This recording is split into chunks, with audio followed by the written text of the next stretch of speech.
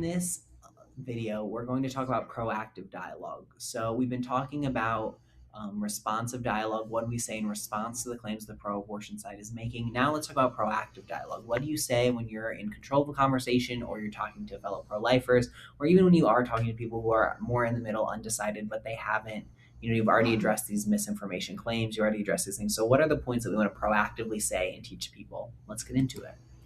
So, first, these are our two guiding principles of what to say. First, you have to talk about abortion. And that's important because the pro abortion side is making this amendment about abortion. They are leading with reproductive health freedom means freedom to get an abortion. And so we have to match those claims, we have to respond to them, focusing only on women's health and safety issues or other related issues to the abortion amendment are not compelling. And we do have data from other states that says what motivates people to vote, whether that's in favor or against of these abortion amendments, is abortion. These amendments are about abortion, so we need to talk about it. And the second thing is, as always, when we're having conversations about abortion, we must lead with compassion. We care about the women who are in difficult situations. We care about the children who are in difficult situations. We care about the families and the people who will be affected by this. So it's important that we address this with compassion, that this isn't just about controlling women's bodies or taking away rights. We don't want to do those things. We actually want to create a more compassionate Virginia beyond abortion that doesn't require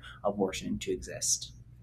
So first up, when we're speaking about abortion, especially in a state like Virginia that already has very accessible abortion in the first 2 trimesters and then does have accessible abortion in the 3rd trimester for medical reasons, we can focus in on later abortion when it comes to this amendment, because that's what's really going to change with the policy. It's going to deregulate later abortion. And so when it comes to talking about abortion, especially with pro-choice people or with undecided people, often pro-lifers can feel uncomfortable talking about the issue. They don't know all the apologetics. But one thing that I think can give you confidence as you go into these conversations is that more likely than not, the person you're talking to already opposes later abortions, or abortions, especially after the point of viability or in the 3rd trimester. And so in these conversations about this amendment, your goal doesn't need to be to make someone pro-life. I want everyone to be pro-life. It would be great if you had a conversation with everyone in Virginia and made them pro-life. But for the purposes of this amendment, you don't necessarily need to get them there. You need them to oppose unregulated later abortion after the child is old enough to survive outside the womb. And the good news is most people are already there. You can look, this is from Pew Research that shows Americans' general opinions on abortion. Hit pause and take a look at it. But you can see that the vast majority of Americans, whether they are liberal, Republican, independent, Democrat, whatever, they support some limits on abortion. It's very rare to run into someone who thinks that abortion should be legal and accessible throughout all 9 months. And truthfully, I believe that a whole lot of people who say that abortion should be legal all 9 months believe the myth that it doesn't happen in the 3rd trimester, except for extreme medical emergencies. So yes, it can be useful to know the facts about later abortion and to be able to describe the gory details about what happens in these procedures if someone really doesn't know. But truthfully, you don't have to do that much. It's more about explaining to people what this law would do and the truth about later abortion in states that have them. So we already talked about the myth that states that abortions don't just happen for medical emergencies or severe fetal anomalies. It's important to note that part of why that myth exists is because they take states like Virginia or like Pennsylvania, states where they do allow for abortion in the cases of medical indication other than just pregnancy. And doctors in those states will say, well, I've never seen a woman get an abortion for a non-medical emergency reason or a non-fetal anomaly reason. And so I think they genuinely believe in some cases that no one would ever do this. The problem is we need to look at the states where it is legal to get elective later abortions. That's where they're happening. And this amendment will make Virginia one of those states. It will make it an abortion destination, a later abortion, a post viability abortion destination state. And most people, again, it's not about convincing them to be pro life or even to oppose later abortion. It's about revealing to them the truth of what this amendment will do and bringing them in to consider voting no, even if they remain pro choice. You can be pro choice and vote against this amendment. Also, you can try to just get someone to question whether they support the amendment. If you're talking to someone who leans pro choice, it's also a win if you just get them to question if they should vote on it at all. And so, talk about abortion, talk about later abortion, talk about how this will change the accessibility of abortion and the reasons that you're able to get it and who needs to approve it. These are things that will bring people in to vote yes, even if we still disagree a lot on otherwise how abortion should be legislated. All right, and our next talking point. So we know people on our side are speaking a lot about how parental consent will be overruled, and that is a concerning factor for sure. So let's talk about what that would look like when we're having these discussions. We do know that parental consent does matter, and mainly because most states, when minors are seeking an abortion, they do provide areas for judicial bypass. So if a minor doesn't feel comfortable telling the parent that they need to get an abortion, there are ways to get around that. It might be trickier, but it does still exist. So this idea that we know with the amendment language that any individual, which is any age, can get an abortion without parental consent. But if you look here, there are abortion clinics in Virginia that already speak to, hey, I'm under the age of 18. How do I tell my parents that if I don't want to tell them I'm pregnant, how do I still get access to an abortion? So they already guide these individuals through ways to go around that.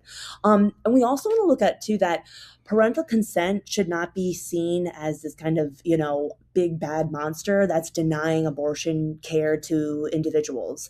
It's a way to kind of have a system of checks and balances to say like, hey, let's examine, why does this minor need an abortion? Are they coerced? Are they being, raped? Are they being trafficked? There is a purpose in judicial bypass to help protect the minor, to expose if something is going on that needs to be examined, needs to be investigated. It doesn't have to be overruled. And again, parental consent is not what's denying abortion access when we already know that judicial bypass exists in states. Yeah. So the third point we want to encourage you to talk about is taxpayer-funded abortions. And there's two reasons. The first reason is the obvious reason that, we might not feel comfortable as individuals, or even pro-choice people might not feel comfortable. They might say, well, I'm pro-choice, but I don't want my taxpayer dollars funding abortions. And so that's a really good reason to say, hey, you should vote against this because it's going to allow your taxpayer dollars to fund abortions. But the other reason this is important is that anywhere abortion is taxpayer funded, the abortion rate increases. The elective abortion rate specifically increases. And so it's important that we know that, because a lot of moderately pro-choice people and a lot of pro-life people are deeply uncomfortable with abortions increasing. They may be okay with abortion happening in what they think are rare, medically necessary circumstances or rare circumstances in the first trimester, but they become uncomfortable with the idea that abortions across all trimesters will go up if taxpayer funding is given. Then, of course, there's the fundamental question of, do we want our tax dollars to go towards abortion? This is taxpayer money that could go towards increasing social safety nets, that could go towards addressing maternal mortality and other issues.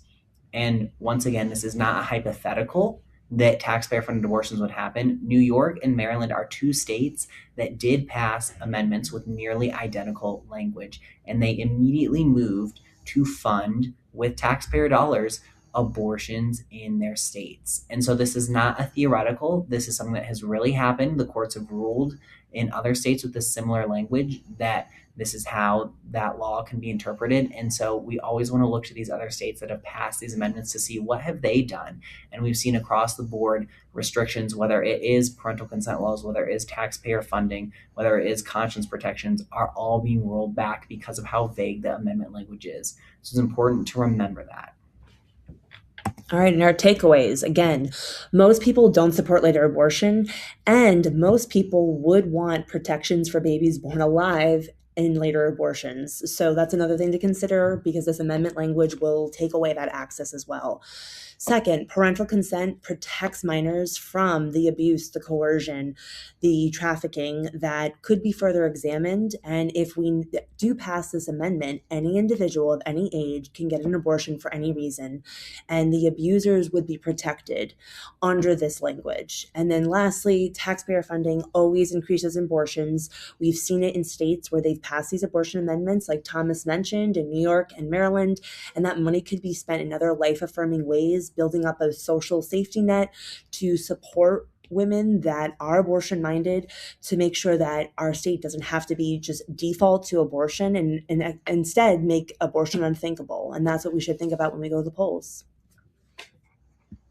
So at the end of this section of videos where we've talked about both responsive and proactive dialogue, we want you to think and take some time to think before you head into the next video. Where in your community can you initiate these conversations? And what spaces and places can you influence others? What are these different places that you already are where you can have conversations about the amendment, you can address these issues, and you can influence others to say, no, I am going to vote against this, or at least I'm going to abstain from this vote. And so in our next video, we're going to go through a whole bunch of places. If you can't think of anywhere, we're going to give you a list of about a half dozen places and ways that you can get involved in your community, that you can make a real impact in the spaces and places that you already are.